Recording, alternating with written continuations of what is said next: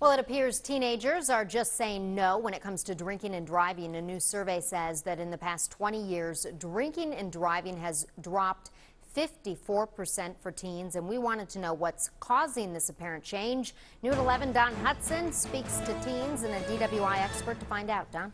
Well, Leah, tonight I actually caught up with some teenagers at a high school soccer match, Brighton versus Men, and they say they weren't even surprised by this survey. While they admit teenagers still drink, they say most are so aware of the consequences of drinking and driving, many won't even consider it. Go! Go! When I say Brighton! Some things never change when it comes to high school and teenagers. Sports, like this soccer match at Brighton High, are still a very big deal. However, today's teenagers are different when it comes to drinking and driving. In fact, the new CDC survey says there has been a 54% reduction over the last 2 decades. Everyone knows what's going to happen, what could happen to you, and the consequences of it. In a world of smartphones, social media, 500 television channels, and the internet, teens are very aware. And they all seem to know someone or know about a case like that of Tia Gerstner, who was driving drunk a few years ago, crashed and killed a passenger in her car. She's serving up to 7 years in prison and serving as an example to today's teen drivers like these girls from Men in High. I just feel like we're better educated today. I mean, all we talk about in health class and in school is drinking, driving, texting and driving.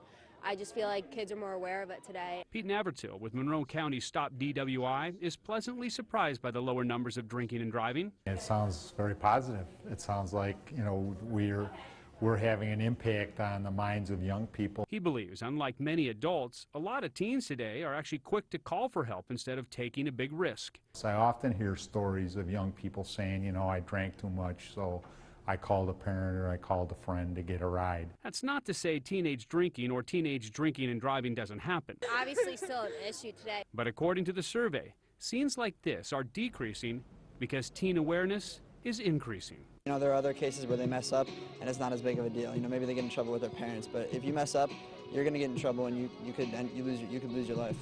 A few more details about that survey. 1991, 22% of teens admitted to drinking and driving. Now just 10% admit to doing that.